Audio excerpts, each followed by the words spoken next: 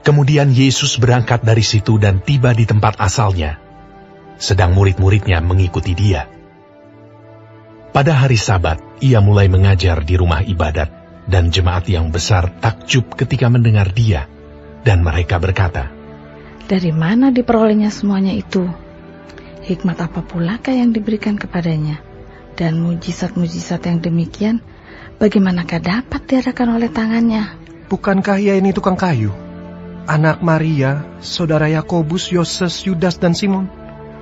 Dan bukankah saudara-saudaranya yang perempuan ada bersama kita? Lalu mereka kecewa dan menolak dia. Maka Yesus berkata kepada mereka, "Seorang nabi dihormati di mana-mana, kecuali di tempat asalnya sendiri, di antara kaum keluarganya dan di rumahnya." Ia tidak dapat mengadakan satu mujizat pun di sana, kecuali menyembuhkan beberapa orang sakit dengan meletakkan tangannya atas mereka. Ia merasa heran atas ketidakpercayaan mereka. Lalu Yesus berjalan keliling dari desa ke desa sambil mengajar. Ia memanggil ke-12 murid itu dan mengutus mereka berdua-dua.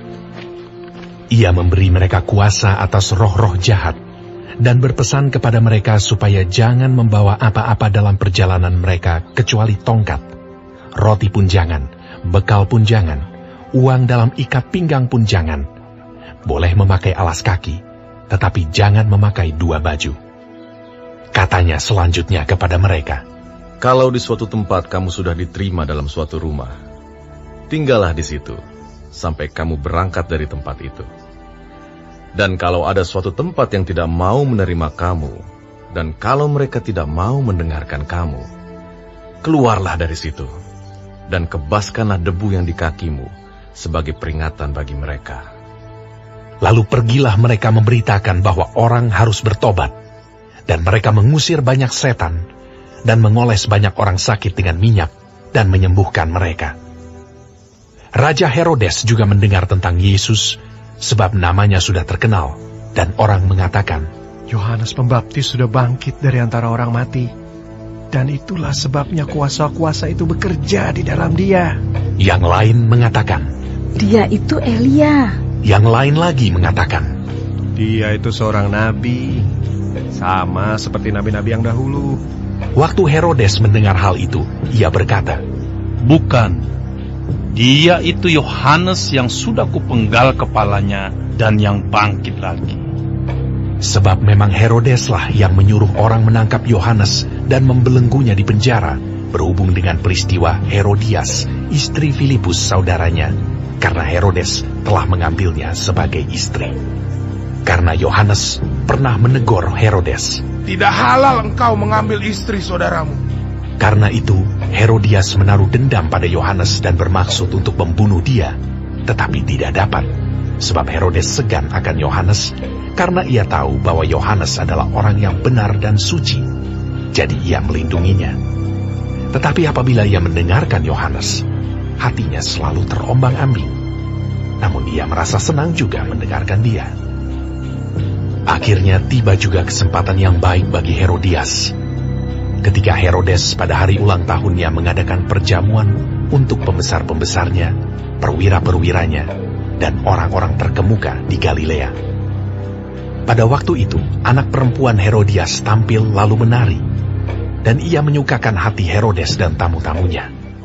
Raja berkata kepada gadis itu, "Minta daripadaku apa saja yang kau ingini, maka akan kuberikan kepadamu."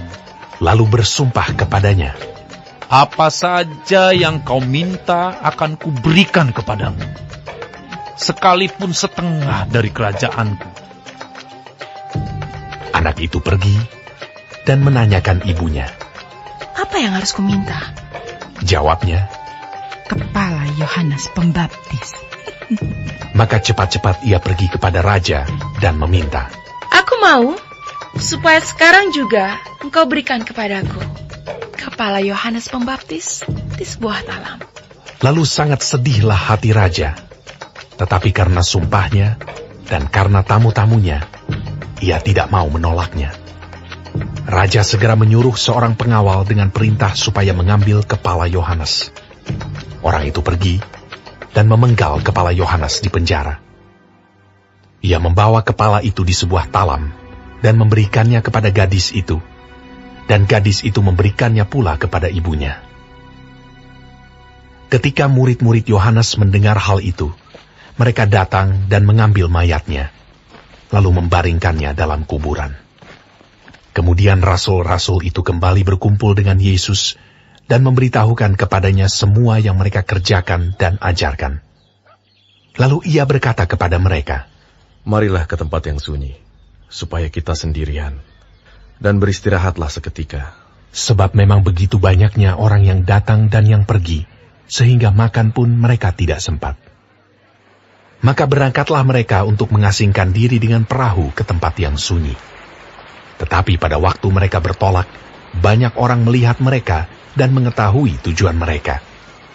Dengan mengambil jalan darat, segeralah datang orang dari semua kota ke tempat itu, sehingga mendahului mereka. Ketika Yesus mendarat, ia melihat sejumlah besar orang banyak. Maka tergeraklah hatinya oleh belas kasihan kepada mereka, karena mereka seperti domba yang tidak mempunyai gembala. Lalu mulailah ia mengajarkan banyak hal kepada mereka. Pada waktu hari sudah mulai malam, datanglah murid-muridnya kepadanya dan berkata, "Tempat ini sunyi, dan hari sudah mulai malam. Suruhlah mereka pergi, supaya mereka dapat membeli makanan di desa-desa dan di kampung-kampung di sekitar ini." Tetapi jawabnya, "Kamu harus memberi mereka makan." Kata mereka kepadanya, "Jadi, haruskah kami membeli roti seharga 200 dinar untuk memberi mereka makan?" Tetapi ia berkata kepada mereka, "Berapa banyak roti yang ada padamu? Cobalah periksa." Sesudah memeriksanya, mereka berkata, 5 roti dan 2 ikan. Lalu ia menyuruh orang-orang itu supaya semua duduk berkelompok-kelompok di atas rumput hijau. Maka duduklah mereka berkelompok-kelompok. Ada yang 100, ada yang 50 orang. Dan setelah ia mengambil 5 roti dan 2 ikan itu, ia menengadah ke langit dan mengucap berkat, lalu memecah-mecahkan roti itu dan memberikannya kepada murid-muridnya, supaya dibagi-bagikan kepada orang-orang itu. Begitu juga kedua ikan itu, dibagi-bagikannya kepada semua mereka. Dan mereka semuanya makan sampai kenyang. Kemudian orang mengumpulkan potongan-potongan roti, 12 bakul penuh, selain daripada sisa-sisa ikan. Yang ikut makan roti itu, ada 5.000 orang laki-laki. Sesudah itu, Yesus segera memerintahkan murid-muridnya naik ke perahu dan berangkat lebih dulu ke seberang, ke Betsaida. Sementara itu ia menyuruh orang banyak pulang. Setelah ia berpisah dari mereka, ia pergi ke bukit untuk berdoa.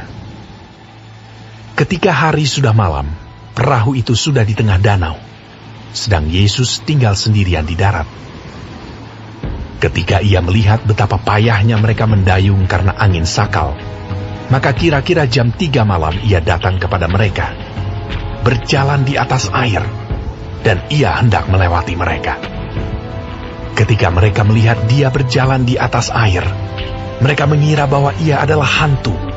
Lalu mereka berteriak-teriak, sebab mereka semua melihat dia, dan mereka pun sangat terkejut. Tetapi segera ia berkata kepada mereka, "Tenanglah, aku ini, jangan takut." Lalu ia naik ke perahu mendapatkan mereka, dan angin pun redalah. Mereka sangat tercengang dan bingung, sebab sesudah peristiwa roti itu, mereka belum juga mengerti, dan hati mereka tetap degil. Setibanya di seberang, Yesus dan murid-muridnya mendarat di Genesaret dan berlabuh di situ. Ketika mereka keluar dari perahu, orang segera mengenal Yesus. Maka berlari-larilah mereka ke seluruh daerah itu, dan mulai mengusung orang-orang sakit di atas tilamnya kepada Yesus, di mana saja kabarnya ia berada. Kemanapun ia pergi, ke desa-desa, ke kota-kota, atau ke kampung-kampung, orang meletakkan orang-orang sakit di pasar dan memohon kepadanya, supaya mereka diperkenankan hanya menjamah jumbai jubahnya saja.